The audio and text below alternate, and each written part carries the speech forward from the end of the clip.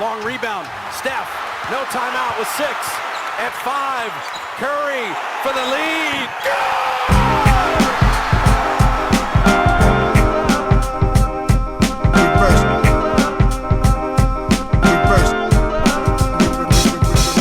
The game's a game. The game's a game. The game's a game. The game's a game. Always. Salut à toutes et à tous, on est ravis de vous retrouver cette semaine pour un podcast qu'on espère avec moins de problèmes techniques que la semaine dernière. Avant que j'introduise le sujet du jour, je voulais vous parler de deux choses un petit peu en dehors de ce qu'on fait nous à Rivers. C'est tout d'abord l'album que vous pouvez voir derrière moi, le disque de Kondo qui s'appelle Plus haut que la Tour Eiffel. Alors je sais pas si vous êtes branché un peu rap, soul, ce genre d'ambiance, je vous recommande cet album de rap français qui vient de sortir. Moi je le trouve vraiment incroyable. C'est au-delà d'un simple disque, quelque part, c'est vraiment une odyssée qui raconte, sans trop vouloir vous en dire, mais ça raconte tout le parcours d'un migrant qui part du Bénin et dont le rêve est de rejoindre Paris pour rejoindre son frère à Paris. Voilà, l'album s'appelle Plus haut que la Tour Eiffel, je trouve tout simplement exceptionnel. Donc n'hésitez pas, ne serait-ce qu'à aller y prêter une écoute, une oreille. Si ça vous plaît, parlez-en autour de vous. Je pense que c'est vraiment un disque qui vaut le coup.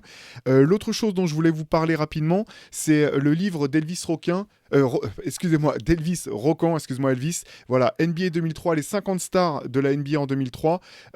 Vous connaissez certainement cette série de livres parus aux éditions Talent Sport. Ils en sortent un par an. Voilà, c'est pour revenir un petit peu sur la saison qui vient de s'écouler et de présenter portrait par portrait les joueurs marquants, voilà, de la NBA, ceux qui ont marqué 2022 et qui vont marquer forcément l'année 2023. Voilà, tout ça c'est aux éditions Talent Sport et c'est signé Elvis Rocan. Voilà, deux projets vraiment intéressants que je vous recommande. Si ce n'est pour Noël, peut-être après, voilà, si vous avez un peu d'argent de poche, c'est l'occasion de vous faire plaisir et de découvrir des choses intéressantes.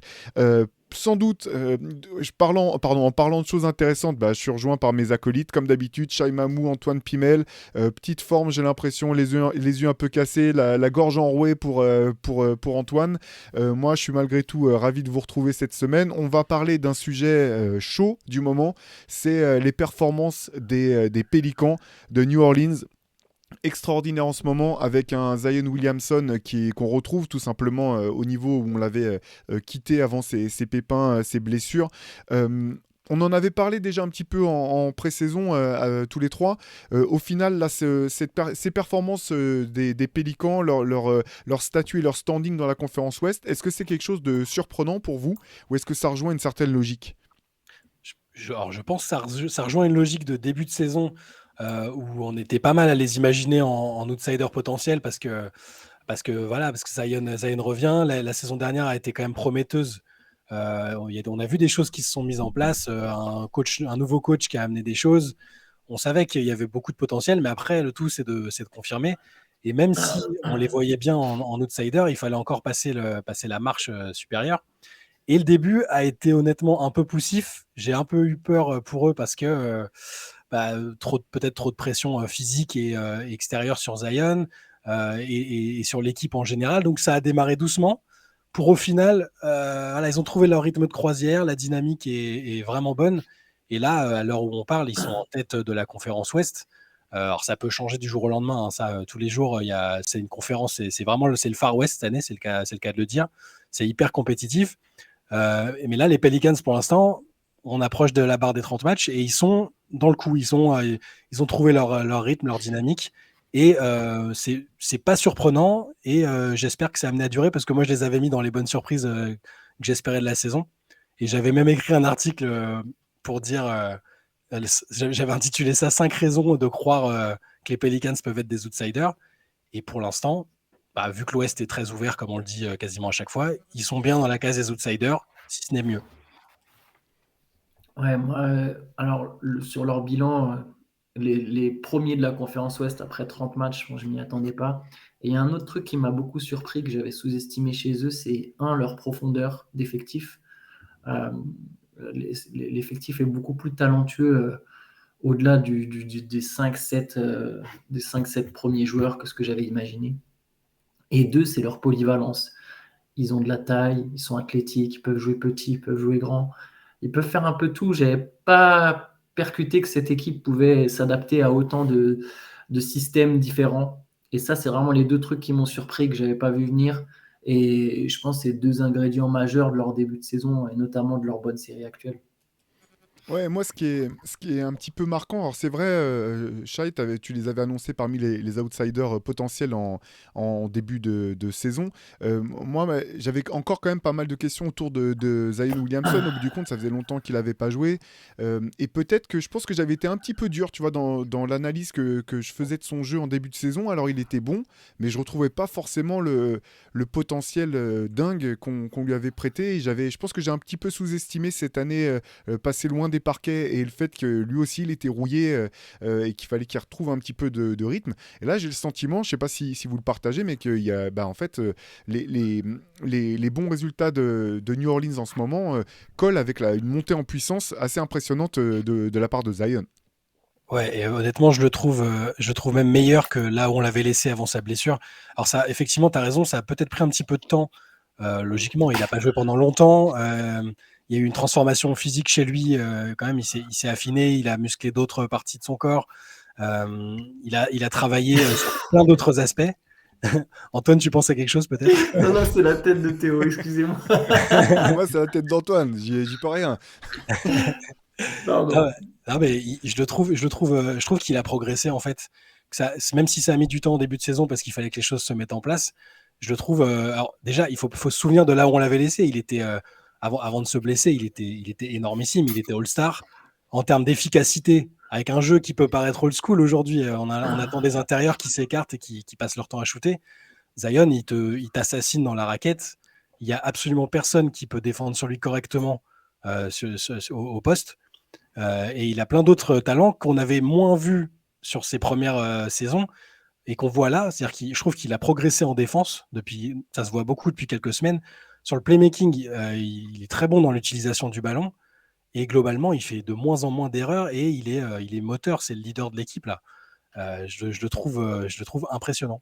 Je suis ultra d'accord avec toi sur le playmaking. C'est le truc pareil. Alors, je dirais pas que ça m'a surpris parce que on l'avait déjà un tout petit peu vu à Duke. On savait que c'était un joueur qui pouvait créer du jeu, mais par contre, je suis d'accord sur les erreurs. J'ai l'impression Zion, il joue de plus en plus juste.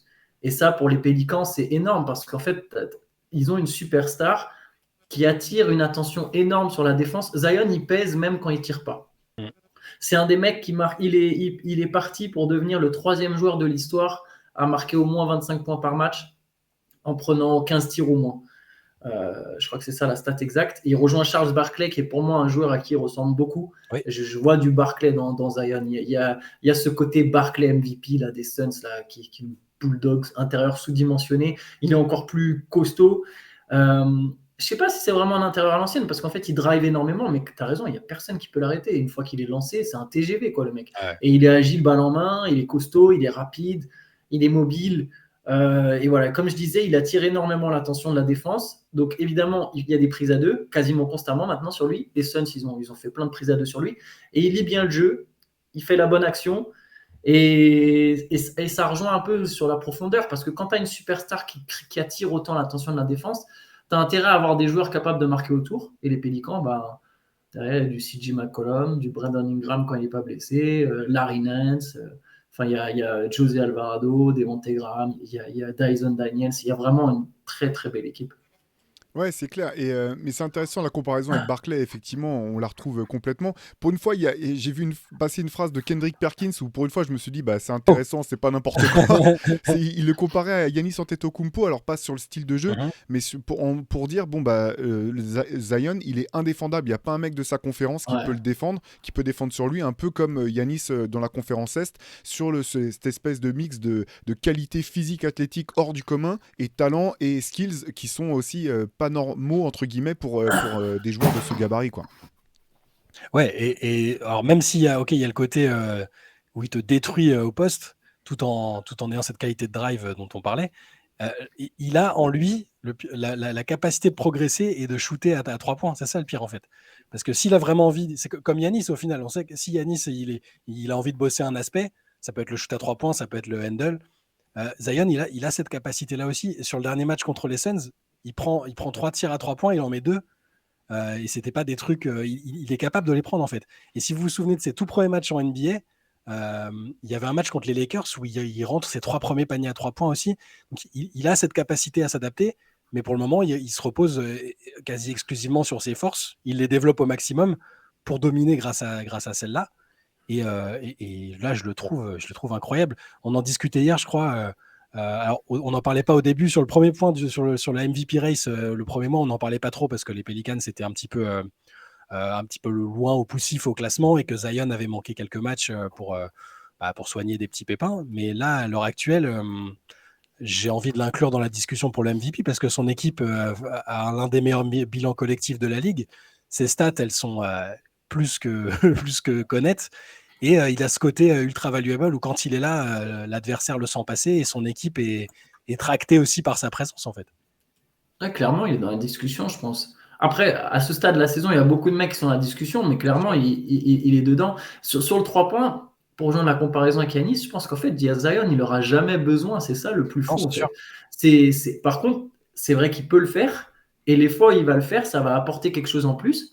Mais il n'aura jamais besoin d'être un mec à 40% à 3 points. Mais s'il met effectivement, comme tu as dit, juste de temps en temps des petits 3 points, juste suffisamment pour punir un peu, exactement comme Yanis. Par contre, je pense justement pour s'inspirer d'Yanis, il y a un truc qui doit développer. Yanis est effectivement pas une menace à 3 points, mais par contre, c'est un bon shooter à mi-distance.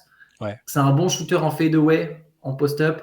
C'est un bon shooter en tête de raquette quand il a de l'espace, quand il y a un pick and roll ou quand il déboule et qu'il y a 15 mecs devant lui.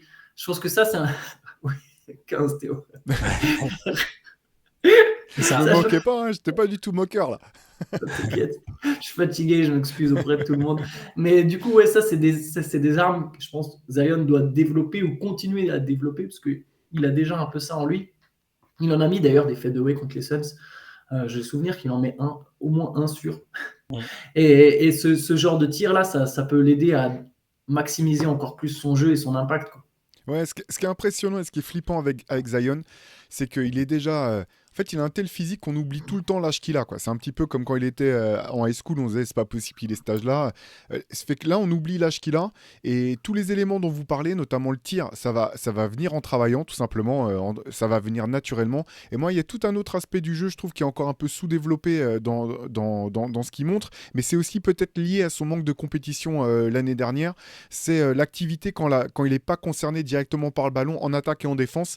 Je pense que s'il arrive à être plus actif et parfois même proactif, il y a tout un pan du jeu dans lequel il devrait devenir plus dominateur et je pense notamment au rebond où finalement il y a pas mal de fois où les rebonds il va aller chercher ses rebonds sur ses qualités athlétiques hors normes de vivacité, ouais, de détente, mais qu'il n'est pas vraiment dans l'anticipation de ce qui est en train de se passer dans le jeu. Une fois qu'il sera dans cette anticipation, dans cette lecture, et qu'il sera un peu plus actif quand c'est pas son joueur qui a la balle ou quand lui n'a pas la balle, je pense qu'il risque de devenir encore plus monstrueux tout simplement défensivement, avec des interceptions au rebond, rebond défensif, rebond offensif. Toutes ces choses-là, je pense que ça va venir. S'il reste sur le terrain, ça va forcément venir, quoi. Il y a l'adresse sur la ligne aussi qui était un secteur dans lequel il devait progresser. Là, il est à 72%, c'est plus qu'honnête. En y allant, si je dis pas de bêtises, j'avais sa fiche sous les yeux, il y va 7,7 fois par match.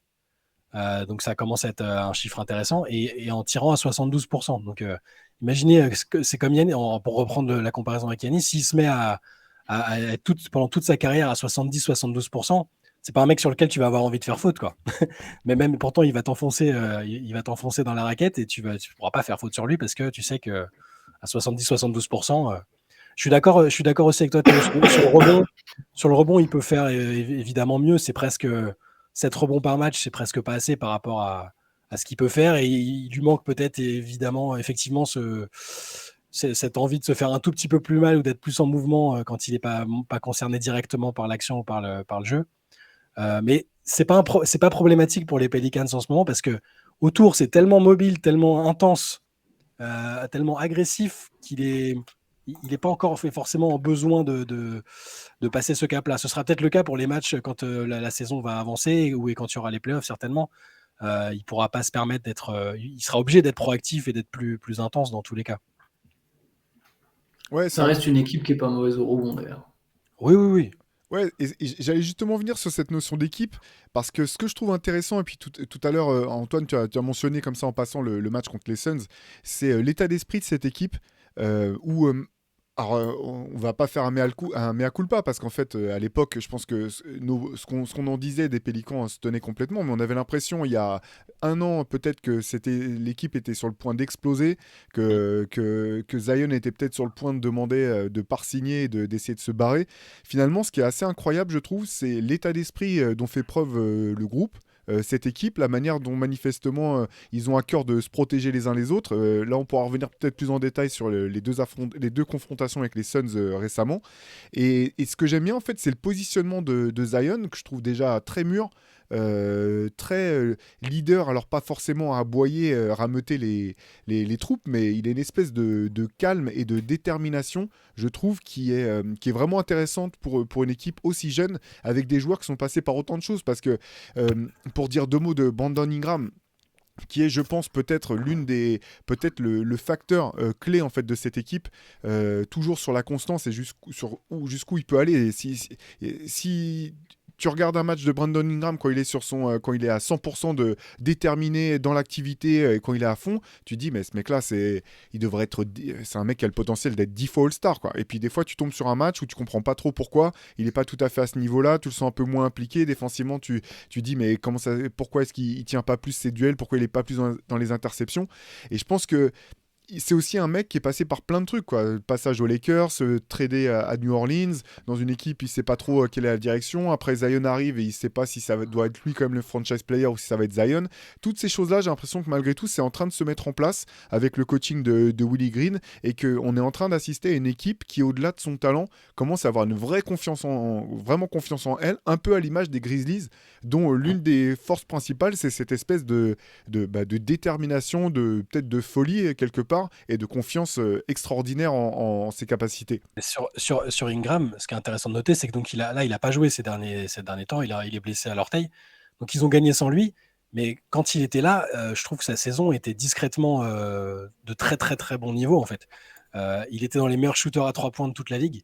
Je crois qu'il était à 47%. Enfin, c'est quand même avec un volume quand même intéressant, et sans scorer autant que lors de sa saison All-Star.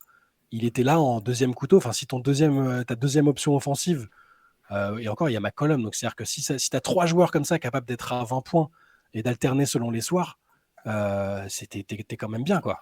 Ingram, là, je suis curieux de voir quand il va revenir dans cette dynamique-là, comment ça va se goupiller, mais je pense vraiment que c'est la force de frappe, elle est énorme. Je pense qu'en plus, c'est le rôle idéal pour lui et je pense que quelque part, il le sait et ça va faciliter la transition. Mais je pense que Brandon Ingram, quelque part, il n'est pas vraiment amené à être un franchise player et c'est pas une honte. Il y a peu de franchise players dans cette ligue. Je pense qu'il y a peu de vrais superstars dans cette ligue. On donne le label assez facilement, mais au final, il y en a peu. Et Brandon Ingram, c'est typiquement, par contre, un numéro 2. Et les Pélicans ont une superstar, ils ont un numéro 2. Et après, comme tu as dit, tu as CJ McCollum. Donc, si CJ McCollum, quand c'est ton deuxième meilleur joueur comme à Portland, tu es trop juste pour jouer le titre. CJ McCollum, c'est ta troisième option offensive. Avec devant du Ingram et du Zion, tu commences à devenir, en tout cas sur cet aspect un peu abstrait, juste des stars, de la hiérarchie, tu étais très solide quand même. Il y a peu d'équipes qui peuvent en dire autant. Et je pense que quand CJ McCollum, c'est ton leader de vestiaire, tu es très très bien. Il est incroyable Voilà, on sait que c'est un mec qui est ultra positif, qui est très éloquent. Maintenant, il est président du syndicat des joueurs, c'est pas un hasard non plus. Hein. En plus d'être un joueur très très fiable, c'est un leader. C'est parfait pour Zion. Moi, j'aime bien ce schéma où il y a un vétéran, même s'il n'est pas encore, il n'est pas à l'article de la retraite. Hein, non, mais il est dans son prime. Ouais. Là, on va dire qu'il est dans son prime. Et pour Zion, avoir un type comme ça qui l'aide justement à, comme on parlait des Suns, comme Booker a eu avec Chris Paul, par exemple, qui peut l'amener à arriver à maturité en termes de leadership et de niveau de jeu aussi, parce que McCollum, il en a vu des belles. Il a disputé des campagnes de playoffs importantes, tout ça. Il connaît, il sait ce qu'il faut faire pour être compétitif en NBA. Ça n'a pas de prix pour Zion et même pour tout le reste du groupe, parce que c'est un groupe assez jeune. Hein. Quand tu regardes, au niveau des trentenaires, il y a McCollum, Valanciunas et Garrett Temple qui ne jouent pas beaucoup. Sinon, c'est Ouais, que des mecs qui ont moins de 28 ans. Hein. il y a C'est un Larry groupe Nance qui extrêmement s'en jeune. rapproche. Ouais, voilà. Et je les trouve pas trop jeunes, justement. En fait, j'ai beaucoup lu que. Alors, j'ai des bémols hein, sur les Pélicans, mais en tout cas, la jeunesse, je pense pas que l'équipe est trop jeune. Mm. Il y a, comme tu as dit, ce bon mix avec quelques mecs dans leur prime et des gars qui sont en train de monter. Alors, oui, tu peux te dire qu'effectivement, ça sera encore meilleur prochainement parce que Zion va continuer de progresser. Ingram n'est pas encore dans son prime. Les rookies ou les sophomores, là, avec les Herb Jones, les Murphy, les Daniels, les Alvarado, c'est des mecs qui vont continuer à progresser parce qu'ils vont prendre de la bouteille, etc.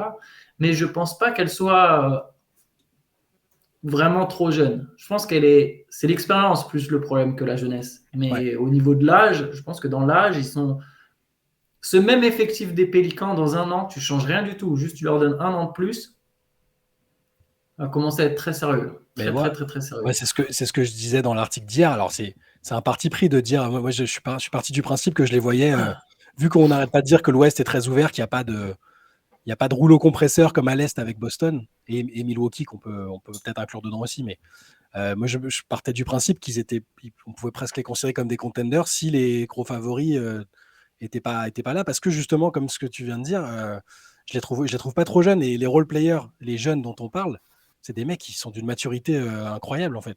Herb Jones, c'est sa deuxième saison, défensivement est toujours aussi fort. C'est L'année clair. dernière, zéro complexe, c'est déjà un des meilleurs défenseurs dans son registre de la ligue. Dyson Daniels, que c'est impressionnant ce qu'il fait. Moi, en le voyant arriver, j'ai pas trop suivi ce qu'il avait fait en J-League avec Ignite.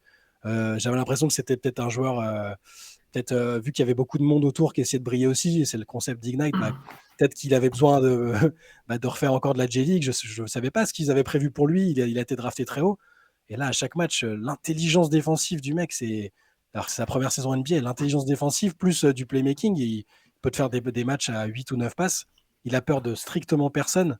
Voilà, il s'appelle Dyson, c'est pas pour rien. Au niveau aspirateur de ballon, c'est incroyable.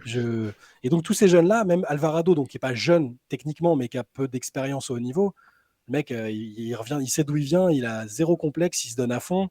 Il s'est créé un signature move, l'Alvarado, où il va choper le ballon.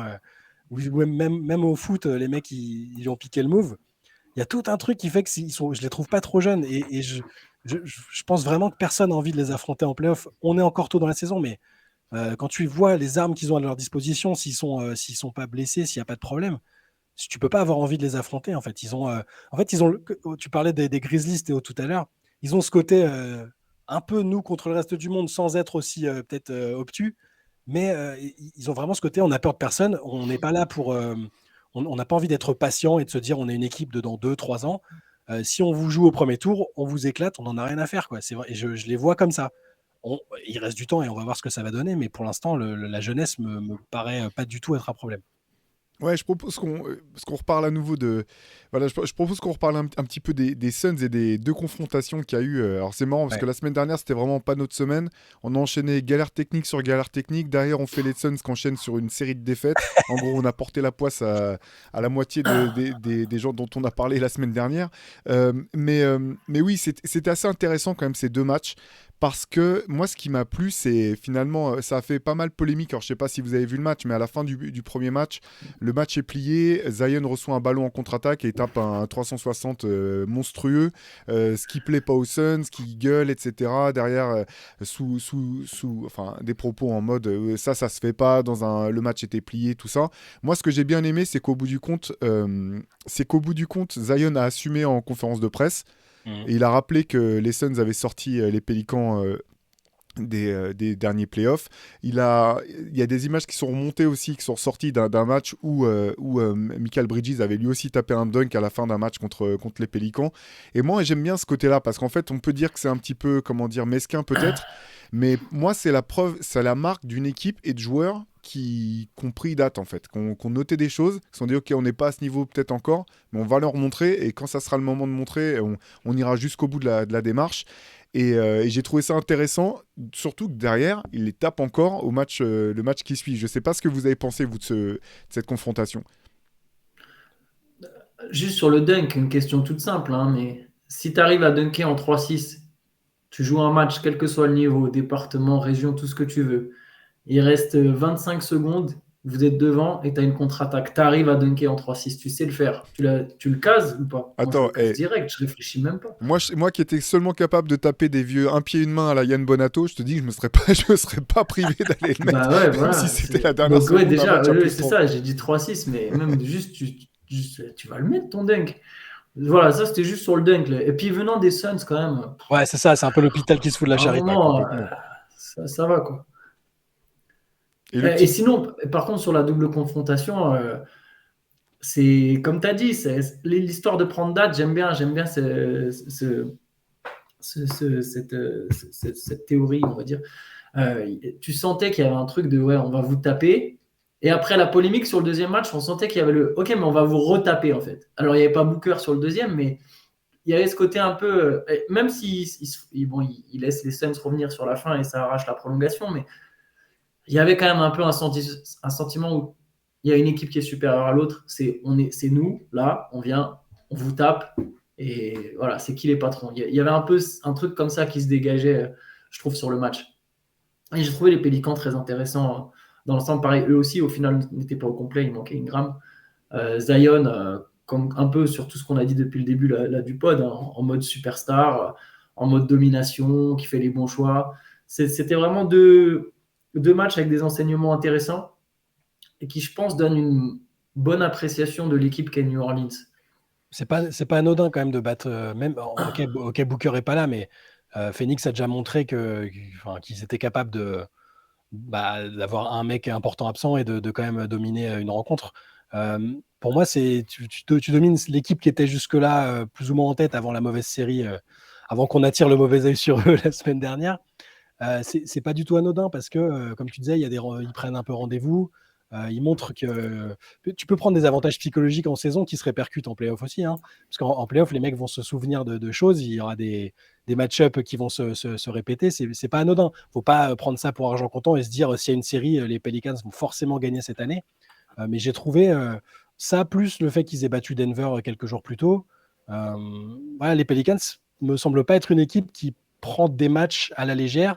Ils ont un niveau de sérieux et d'implication qui est constant. Ça se répercute dans la façon dont ils jouent, ça se répercute dans leurs stats. Je crois que c'est la seule équipe qui est top 5 au net rating offensif et défensif.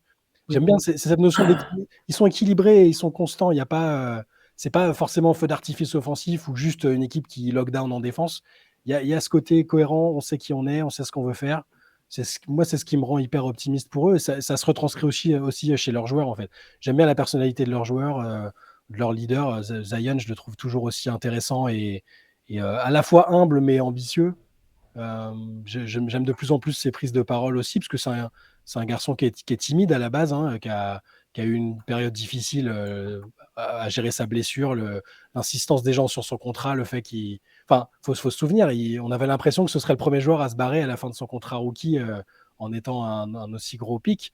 On se demandait s'il allait vraiment rester. Il n'était pas présent au début, il s'est fait un peu tirer les bretelles. Il y a plein de choses comme ça. Voilà, je trouve globalement que cette équipe est à la fois focus, à la fois ambitieuse et humble. Il y a plein de trucs qui me semblent très très positifs et qui, à mon avis, seront amenés à... Je ne sais pas s'ils finiront en tête de l'Ouest. Hein. Il y a des équipes qui vont se réveiller, d'autres qui vont récupérer des joueurs. Mais en tout cas, l'avantage du terrain en play-off, qui est quand même un acquis important, je les vois bien rester sur cette dynamique-là. Hein. Oui, je pense. Ouais, sachant que voilà, la difficulté toujours pour une équipe jeune, c'est justement de perdurer, d'assurer ses résultats dans la durée, et notamment trouver les ressources quand c'est pas facile. Pour ça que cette deuxième victoire face aux Suns a été quand même intéressante, qu'ils aient réussi à le prendre même en prolongation après avoir été poussés un peu dans leur retranchement et à pas céder. Je trouve intéressant aussi quand même le boulot de Willie Green. Alors Ouais. moi, j'aimais vraiment beaucoup le joueur. Hein. C'était un joueur de devoir qui a vraiment pas eu de bol. Pour ceux qui connaissent pas son histoire, à la fin d'une de ses saisons où il pensait pouvoir avoir signé en free agent le pactole, il s'est fait les croisés pendant l'intersaison avant d'avoir re-signé. Ce qui a pas mal plombé quand même. Enfin, il a jamais pu avoir ce pactole. En gros, c'est la peur de tous les joueurs pros. Un très bon joueur de devoir qui est passé par pas mal de clubs pour finir sa carrière de joueur, dans lequel il avait des rôles de mentor. Il a encadré pas mal des stars qui sont actuellement sur le terrain. Et c'est intéressant ce qu'il fait. J'aime bien la manière dont il utilise finalement quand il aligne à la fois Zion et Valanciunas sur le terrain, la manière dont il se sert de Valanciunas pour étirer le jeu de manière à laisser finalement le secteur intérieur ou les couloirs pour Zion en fait, en se servant de l'adresse à 3 points de Valanciunas. C'est intéressant finalement la manière dont Valanciunas a été est utilisé par cette équipe des Pélicans, parce que je trouve qu'il se sert vraiment bien de la totalité de son jeu. C'est un joueur qui est fort dos au panier. C'est pas un attaquant, on est d'accord, c'est pas de la classe de Joel Embiid, mais il a cette capacité à pouvoir jouer proche du cercle avec un vrai jeu d'intérieur posteur, dans du jeu posté un peu à l'ancienne, et en même temps cette capacité à écarter le jeu, ce qui fait que tu peux le faire jouer effectivement avec un mec comme Zion qui n'a pas encore l'adresse à 3 points dont on parlait tout à l'heure pour pouvoir lui jouer ce rôle-là. Je trouve que c'est vraiment hyper cohérent ce que Willie Green met en place cette saison. Ça me fait penser, je suis tout à fait d'accord avec ce que tu dis, et je vais aller à l'opposé, mais pas pour contredire, juste pour montrer à quel point cette équipe est polyvalente. Ils ont Valanciunas, et en fait, ils peuvent très vite changer de système et passer en small ball. Alors bon, ceux qui nous suivent depuis un moment savent que je suis un partisan du small ball la plupart du temps, mais le fait est que pour New Orleans, ça marche vraiment très fort quand il y a Larry Nance avec Zion, ce qui ne veut pas dire d'ailleurs que ça ne marche pas avec Valanciunas, ça n'annule pas ce que tu as dit, mais parmi tous les meilleurs 5 des Pélicans, tu retrouves ce 5 small ball avec Larry Nance sur les line-up. J'essaie du coup même en même temps là, de vous le trouver, mais en gros, dans tous le 5 avec Larry Nance et Zion et d'autres mecs autour, c'est du plus 47, plus 43, plus 21, plus 9 de points sur 100 possessions. Sur quand même des minutes, à chaque fois plus de 20 minutes. C'est les 5 qui marchent le mieux pour New Orleans, c'est les 5 avec Larry Nance et Zion, parce que justement, ils ont ce Larry Nance qui est capable, dans un registre différent de Valanciunas, lui aussi d'étirer les lignes et de défendre. Ça veut dire d'un coup, tu te prends Valanciunas qui va te mettre des post-up ou qui tire à 3 points, il sort, boum, ça passe en small ball et ils sont tout aussi efficaces. C'est très très fort, et je pense, on parlait tout à l'heure des adversaires qui vont avoir peur de New Orleans. Je ne mets pas New Orleans comme l'équipe numéro 1 à l'Ouest, je mets toujours les Warriors sur les playoffs, pas sur la saison. Mais par contre, je pense que New Orleans, c'est le pire match-up pour Golden State à l'Ouest. Même Jokic, tu vois, les Nuggets, je sais que Draymond Green va faire mal à Jokic, que les Warriors vont faire mal avec leur small ball aux Nuggets, que Kevin Looney va s'en sortir, etc.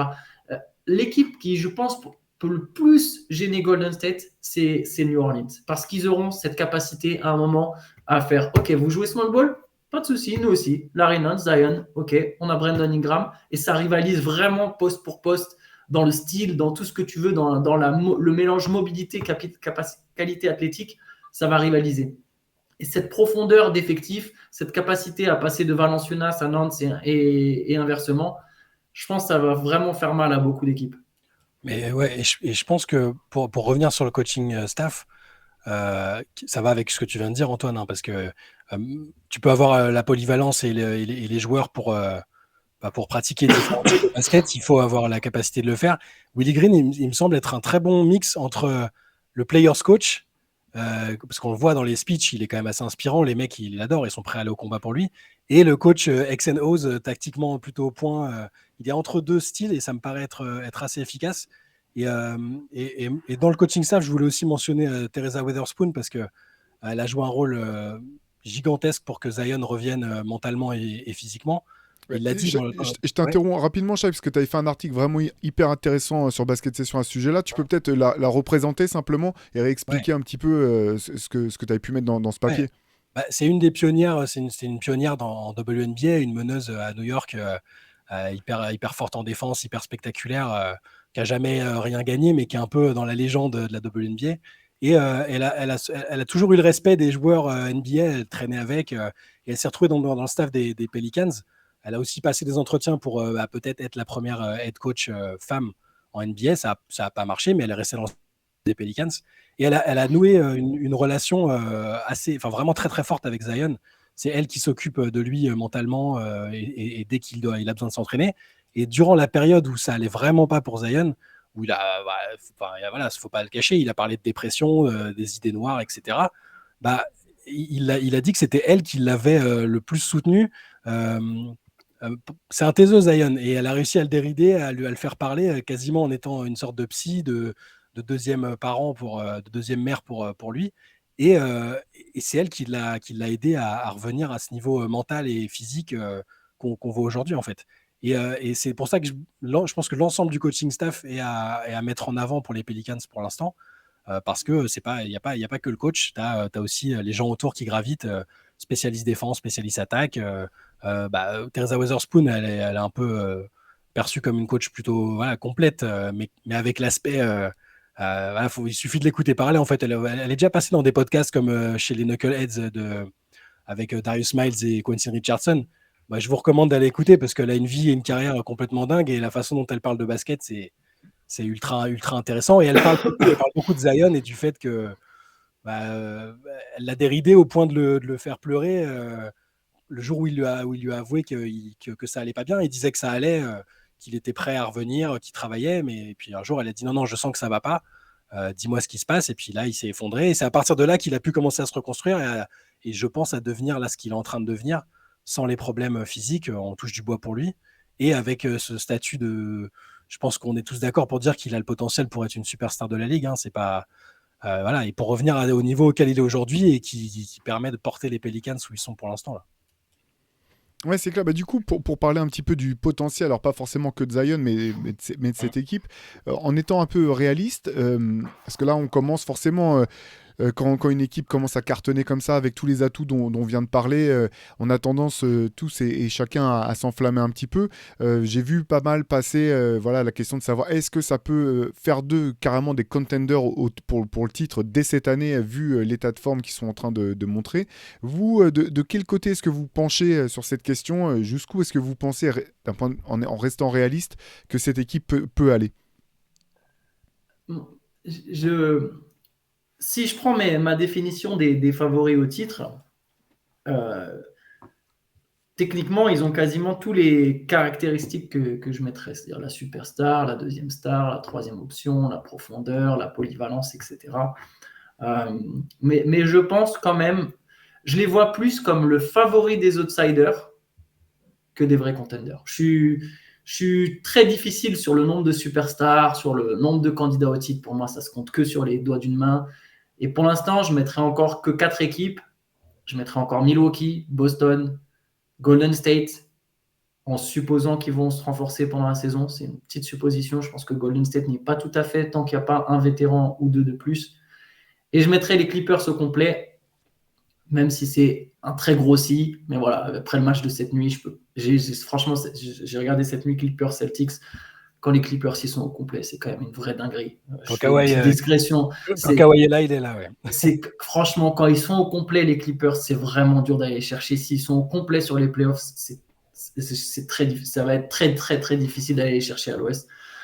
Donc voilà, maintenant, je mets New Orleans un tout petit cran en dessous.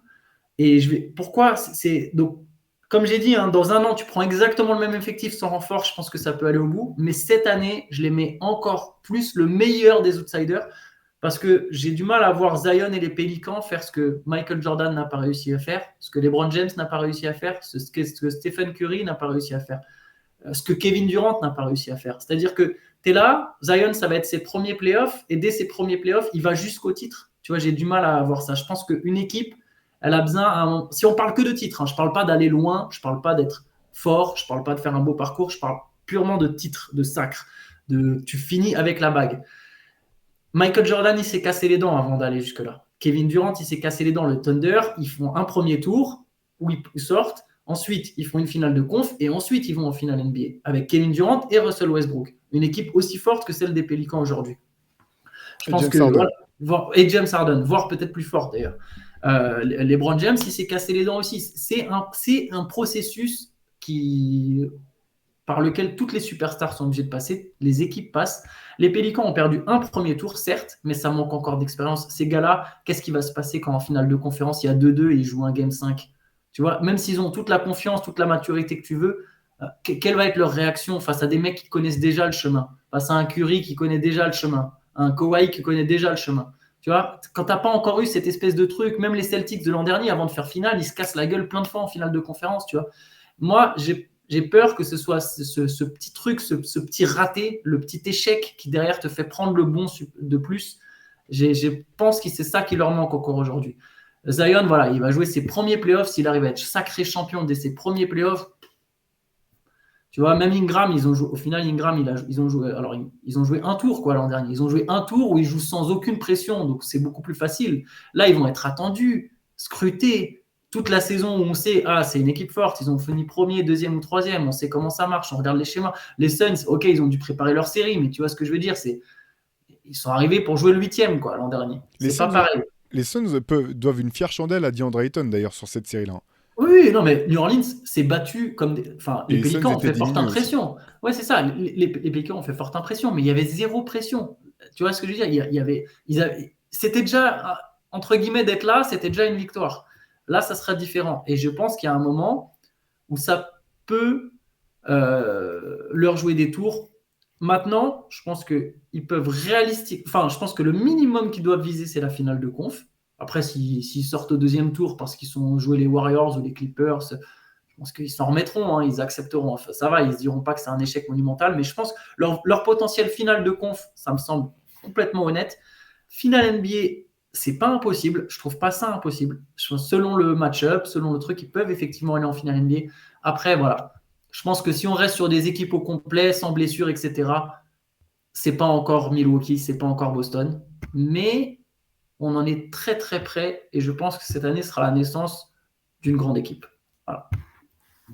La logique voudrait que ça se passe comme tu as dit et qu'il soit encore un tout petit peu trop juste peut-être, mais je vais être dans la lignée de ce que j'ai écrit hier parce que je vais pas démentir d'un jour à l'autre. Moi, je pense que la situation actuelle à l'Ouest fait que ils peuvent et ils doivent viser les finales NBA en fait. Ça me paraît pas du tout insensé. Y a pas, comme je disais tout à l'heure, il n'y a pas de rouleau compresseur. Je ne parle pas de comparaison avec l'Est parce qu'on a déjà deux équipes, Boston-Milwaukee, qui me paraissent vraiment au-dessus de tout le monde pour l'instant sur ce qu'elles savent pouvoir faire. Mais par contre, avec tout ce qu'on a dit depuis le début de ce podcast, je vois aucune raison pour laquelle ils ne pourraient pas aller très loin et donc en finale NBA carrément en fait. Parce que tu as tous les ingrédients que tu as cités, même le manque d'expérience à ce niveau, je le pense pas rédhibitoire parce que en face, on ne sait pas quelles équipes ils vont affronter. Tu as des équipes qui sont un peu entre deux chaises. En début de saison, on disait que les Warriors étaient assurément sur la route. Enfin, ils étaient clairement armés pour le back-to-back. Là, ils sont encore un peu dans le flou, on ne sait pas. Les Nuggets, je regarde les équipes une par une et j'en vois aucune. Mais ça, c'est les finales NBA, ça. Là, on parle de titre. Oui. Parce que finale NBA, c'est pas pareil. Effectivement. Je parle de titre. Ça veut dire que derrière, tu joues Milwaukee ou Boston. Ouais, voilà. Est-ce qu'ils battent Milwaukee ou Boston sur une série? Pour moi, contenders, je les vois en finale NBA. Après, en finale NBA, s'ils affrontent Boston ou Milwaukee, évidemment, je pense que Boston ou Milwaukee ont plus de chances de gagner le titre. Mais ne serait-ce que de sortir de l'Ouest, où c'est ultra compétitif, rien que ça, en ayant si peu d'expérience derrière, moi j'y crois. Après, c'est sûr que quand tu t'énonces l'historique des très grands joueurs qui ont mis du temps à gagner le titre, ça paraît fou d'imaginer les Pelicans champions, mais je sais pas, on est peut-être dans une période où les choses ont un peu changé. Tu vois, regarde, les Suns qui sont allés en finale il y a 2 ans, ils se sont basés sur une courte expérience dans la bulle pour devenir ce qu'ils sont devenus. Et là, peut-être que les Pelicans, leur fin de saison dernière, le premier tour de playoff, je me dis aussi qu'ils peuvent avoir pris ça comme expérience. Et voilà. Ouais, mais ils n'ont pas gagné.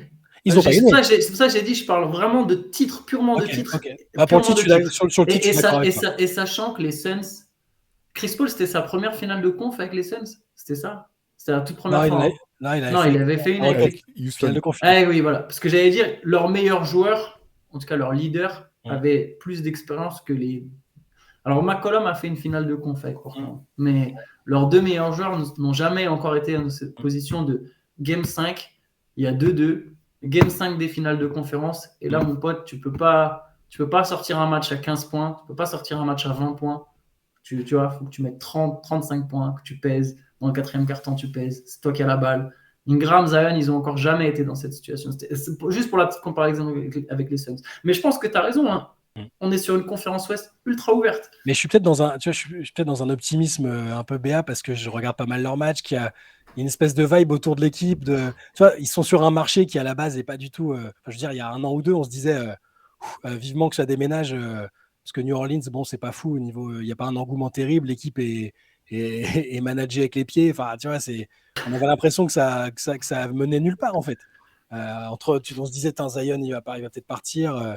David Griffin est sur un siège éjectable. Et là, il y a même même au match, enfin, juste même, je suis pas à la salle, hein, mais de ce qui est décrit par les gens qui y vont, et quand tu mets le League Pass pour écouter les matchs, il y a un boucan pas possible, et ils sont tous derrière l'équipe parce qu'ils sentent qu'il y a quelque chose qui se crée, quoi. Je pense, j'ai l'impression qu'il y a quelque chose, quoi. C'est une région à la base qui est pas forcément ultra basket, en tout cas basket NBA. Et il y a quelque chose qui me donne envie d'être ultra optimiste et de me dire que tous les petits obstacles historiques et statistiques qui pourraient les empêcher d'aller en finale. Encore une fois, je suis vraiment d'accord avec toi. Si demain tu me dis flingue sur la tempe, Boston ou New Orleans pour le titre, bah là oui, en l'état actuel, c'est sûr.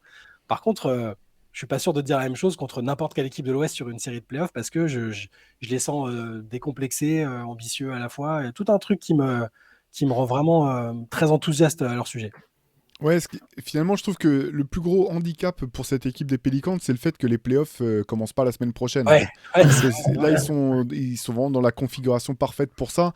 La difficulté, je pense, ça va être de durer sur la saison, de pouvoir rebondir aussi, de passer par des... Parce qu'on sait, les défaites elles vont arriver, il y en aura forcément qui vont arriver, voir comment on les gère, les blessures, etc. Ce qui est... Alors moi, j'ai pas tout à fait la même définition du contender. Effectivement, Antoine, pour moi, si tu es dans les 4 derniers, finalement, tu es dans le dernier carré, tu es un contender. C'est-à-dire que tu avais une vraie chance de pouvoir aller jusqu'au bout. Je pense qu'ils sont effectivement pas assez armés en termes d'expérience pour être champions. Certainement, j'ai du mal à les imaginer champions. Mais je partage aussi votre avis dans le sens où cette année, il y a une fenêtre d'opportunité dans la conférence Ouest parce qu'il y a du flou. Ce qui a rarement été le cas dans cette conférence ces 10-15 dernières années. Et il y a une opportunité à saisir. Et j'ai l'impression que ça sera l'équipe qui arrivera finalement, alors c'est un cliché aussi, mais pas forcément... Souvent on dit, bon, bah de toute façon c'est l'équipe qui est la plus en forme au moment des playoffs. J'ai l'impression que c'est plus que jamais, c'est l'équipe qui sera le plus en confiance au moment des playoffs à l'Ouest, qui pourra peut-être choper cette opportunité et aller loin, quoi. Ouais, non, mais peut-être que je sais pas, dans 3 ou 4 pods, il y aura, le classement sera bien différent. Et comme disait Antoine, Il y a les des Clippers, chances. Kawhi aura joué 10 matchs de suite et on se dira, ah oui, bon, ok, Il il y a est peu fort de ce chance. con. C'est Il y a peu de chance, mais. Et les Warriors sont peut-être revenus à un rythme de croisière. Enfin, il y a plein d'éléments d'ici là, évidemment, avec les blessures et tout ça. Mais moi, je me mets là à l'instant T. Si tu me dis demain, c'est les playoffs, je suis une équipe de la conférence Ouest. J'ai surtout pas envie de jouer les Pelicans. Vraiment pas. Ah, clairement, clairement. Mon pronostic, c'est qu'ils se font sortir en 7 par les Warriors. Tu vois, en Ouais. finale de conférence. Genre un beau. truc Mais où, c'est ce qui serait vraiment déjà... les Warriors transpirent à grosses gouttes. Ce qui serait Ah oui, énorme, ce hein. serait Ce qui énorme, serait déjà énorme, quand même.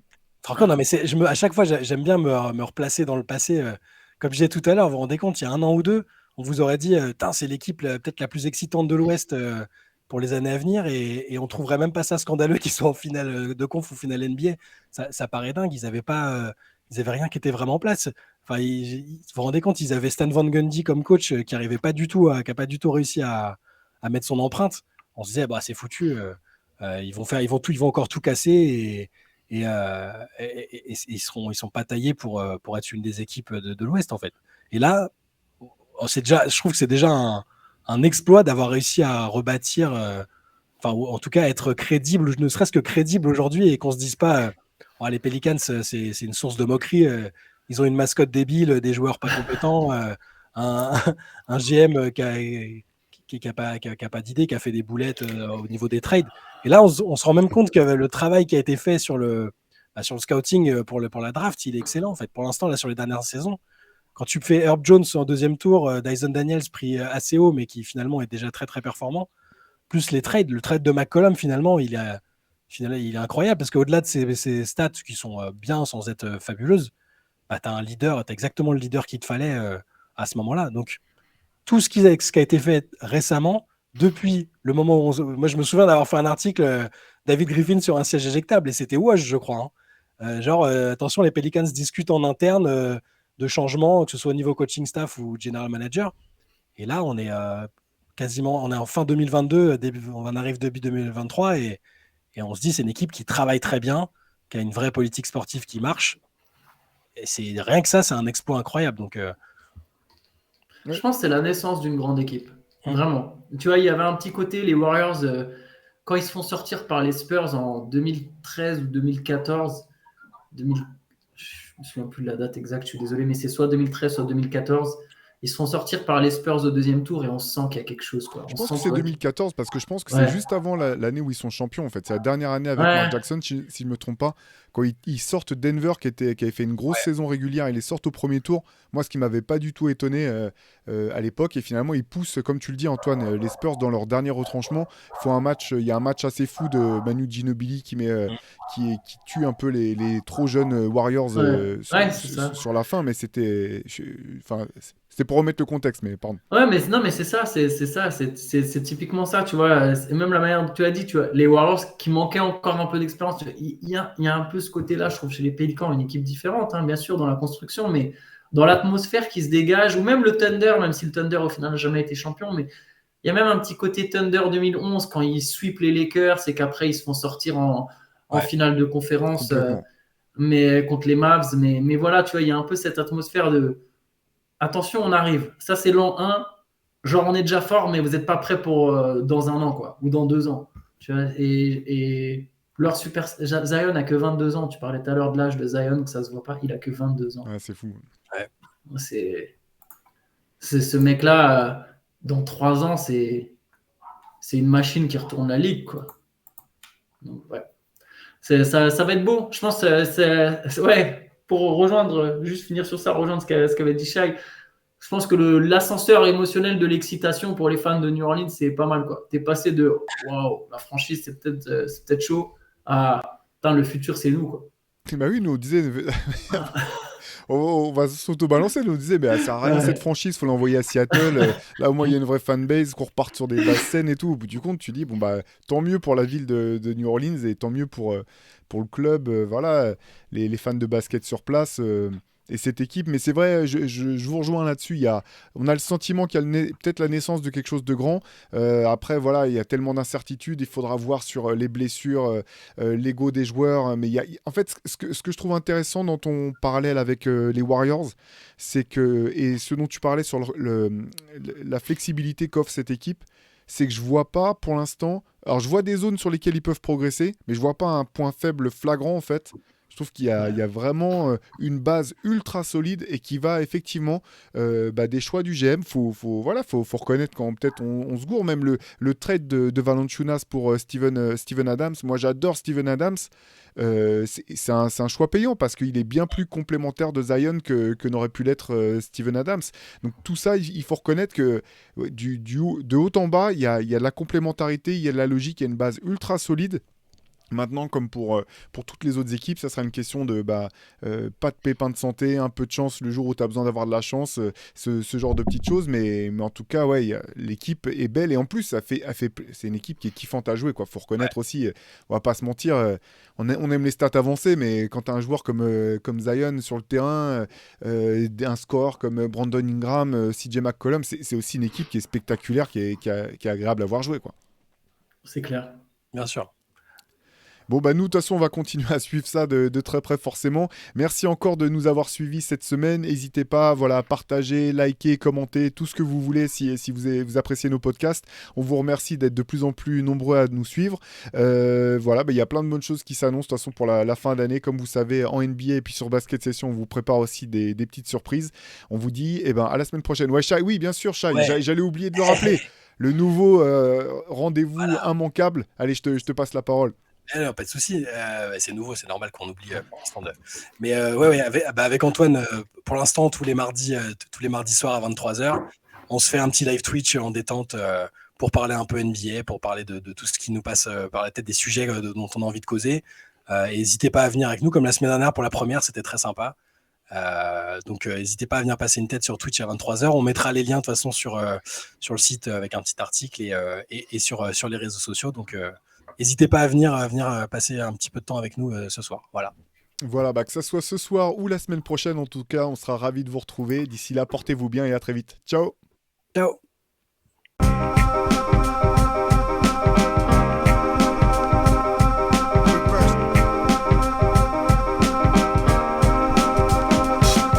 Game is out there. and it's either play or get played.